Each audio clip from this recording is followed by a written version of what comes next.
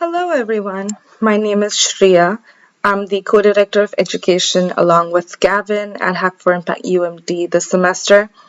We are super excited to meet you all in person during our first GBM on Thursday.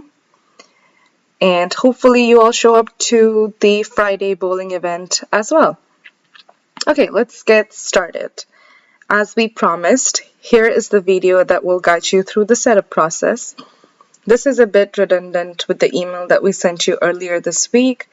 However, we thought this could serve as a good additional resource that could help you sort of speed up and streamline the process before the first day of class when we meet. This is the Fall 2024 Bootcamp Notion page, which you all should have already gotten access to. So a few things you should have gotten access to, which includes this page, the Slack channel, as well as if you click on this, you should have access to the Google Drive. There's nothing in here yet, and that's because we plan on uploading slides week by week, basically. Okay. Same with the schedule. The schedule will be published on a weekly basis. We haven't given you much information about how to use the Bootcamp GitHub repository, and that's because we would want to wait until the first homework that's set up for you guys. Okay, so first thing first, click on this Bootcamp setup guide. This will take you to a separate page that talks more about how to set up VS Code and Git. It is all pretty standard stuff and nothing compared to the nightmare of CMC 330. If you know, you know. If you don't, you'll soon find out. Okay, so a couple things to note. So we have a few suggested extensions that we have mentioned here. You by no means have to install all of them. It's just a few extensions that we recommend. We just did some research and thought that they could be helpful, but it's totally up to you all. Okay, so first thing, you want to download VS Code. If you haven't done already, download the version that best suits your device. Second thing, install all the recommended extensions.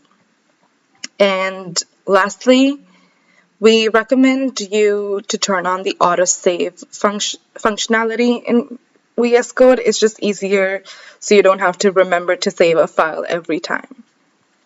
Okay, let's walk you through how to install the recommended extensions. We'll go over a couple of them, and then it's totally up to you which ones you would like to install.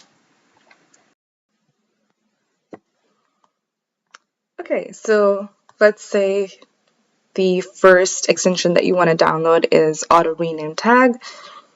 This is usually how VS Code is going to look like, but you can customize it based on your preferences. So this is the first place that you want to go. This little logo that says extensions, click on that, and it'll take you to a page where you can install all the extensions in the world. Just type in the name of the extension and make sure that it has the same author corresponding to the ones that we have suggested, and then you just press install.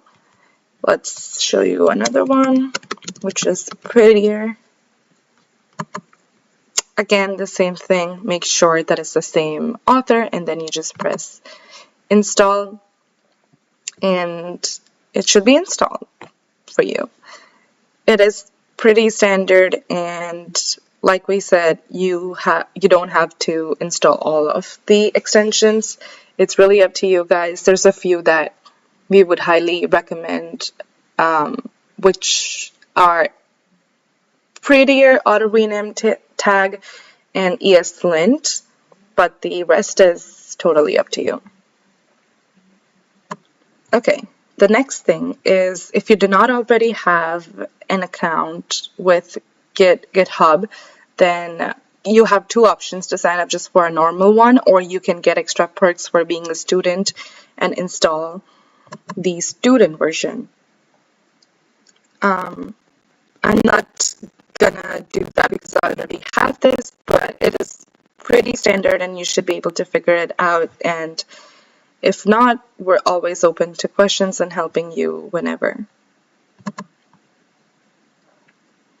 Okay, one last thing, and one of the most important things, we'll go over this more about the exact issue and why we ask you to do this if you're not aware about it.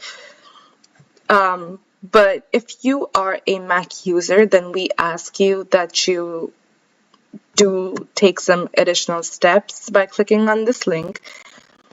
It gives you every single step on how to set up such that it does not cause any issues in the GitHub repository.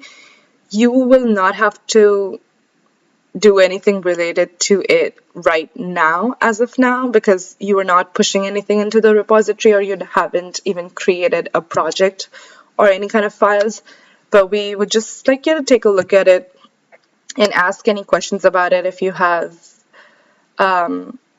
any doubts or anything related to it, and we can clear it up for you. But we will talk more about it when we ask you to push your first homework into the bootcamp repository.